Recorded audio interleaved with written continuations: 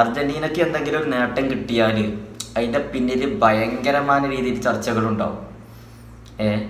World cup കിട്ടിയ സമയത്ത് അത് ഫിഫ കനിഞ്ഞ് നൽകിയതായിരുന്നു, അല്ലെങ്കിൽ ഫിഫ പ്രസിഡന്റ് മെസ്സിയും തമ്മിൽ ഭയങ്കര ബന്ധമാണ്, ആ ഒരു ബന്ധത്തിൻ്റെ പുറത്ത് മെസ്സിക്ക് വേൾഡ് കപ്പ് കൊടുത്തതാണ് എന്നുള്ള ചർച്ചകളായിരുന്നു അർജന്റീനക്ക് വേൾഡ് കപ്പ് കിട്ടുമ്പോഴേ.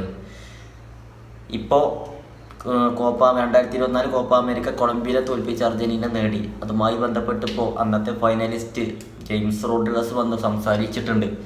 അദ്ദേഹം പറഞ്ഞത് അർജന്റീനക്ക് കോപ്പ അമേരിക്ക കൊടുത്തത് റഫറിമാരാണ് എന്ന്. റഫറിമാർ വരെ അർജന്റീനയുടെ കൂടെ നിന്ന് വന്ന് ഞങ്ങൾക്ക് കിട്ടേണ്ട പെനാൽറ്റിയൊക്കെ തരാൻ അവർ മടി കാണിച്ചു. മെസ്സിക്ക് ആ ഒരു കപ്പ് നൽകാൻ, മെസ്സിയെ ചാമ്പ്യന്മാരാക്കാൻ അവർ തയ്യാറായിരുന്നു ഓൾറെഡി എന്നാണ് ജെയിംസ് റോഡ്രിഗസിൻ്റെ വാദം. ഇപ്പോൾ അർജന്റീന മാത്രമല്ല, ഏത് ടീമും, ബ്രസീലായിക്കോട്ടെ, ഏതൊരു ടീമും ചാമ്പ്യനായാൽ അതിൻ്റെ ബാക്കിൽ കഥകളുണ്ടാവും. മറ്റ് ഫാൻസിൻ്റെ, റൊണാൾഡോൻ്റെ ടീം ചാമ്പ്യനായാലും മറ്റ് കഥകൾ വേറെ ഉണ്ടാവും, റഫറിൻ്റെ കഥ ഉണ്ടാവും.